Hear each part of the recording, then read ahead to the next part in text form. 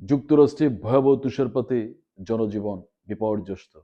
হাজারো ফ্লাইট বাতিল করা হয়েছে। সরকারও সেখানে রেড অ্যালার্ট জারি করেছে।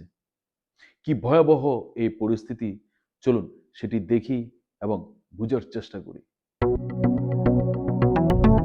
যুক্তরাষ্ট্রের বিস্তৃত এলাকা জুড়ে শীতকালীন ঝড়ে বেশ কয়েকজন মারা গেছে। এমন ঝড়ের কারণে হাজার হাজার ফ্লাইট বাতিল কিংবা বিলম্বিত হয়েছে। অনেক জায়গায় সড়কে যান চলাচল ব্যাহত, বিদ্যুৎ সরবরাহ বন্ধ হয়ে যায় এবং বড় বড় শহর ঘন তুষারে ঢেকে যায়। দেশটির বিভিন্ন রাজ্যে অন্তত 1 ডজন মানুষের মৃত্যুর খবর পাওয়া গেছে।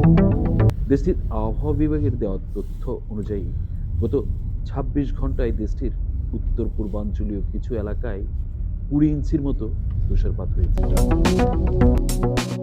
আবহাওয়াবিদরা সতর্ক করে বলেছেন, এই সপ্তাহের শেষেও যুক্তরাষ্ট্রের আবারও শীতকালীন ঝড় আঘাত হানতে পারে। এমন ভয়াবহ পরিস্থিতিতে যুক্তরাষ্ট্রে বসবাসকারী সকল প্রিয়জন তথা বাংলাদেশি ভাই ও বোনরা যে যেখানে আছেন অত্যন্ত সতর্ক অবস্থায় থাকবেন। সকলের নিরাপত্তা প্রত্যাশা করছি। সকলে ভালো থাকবেন।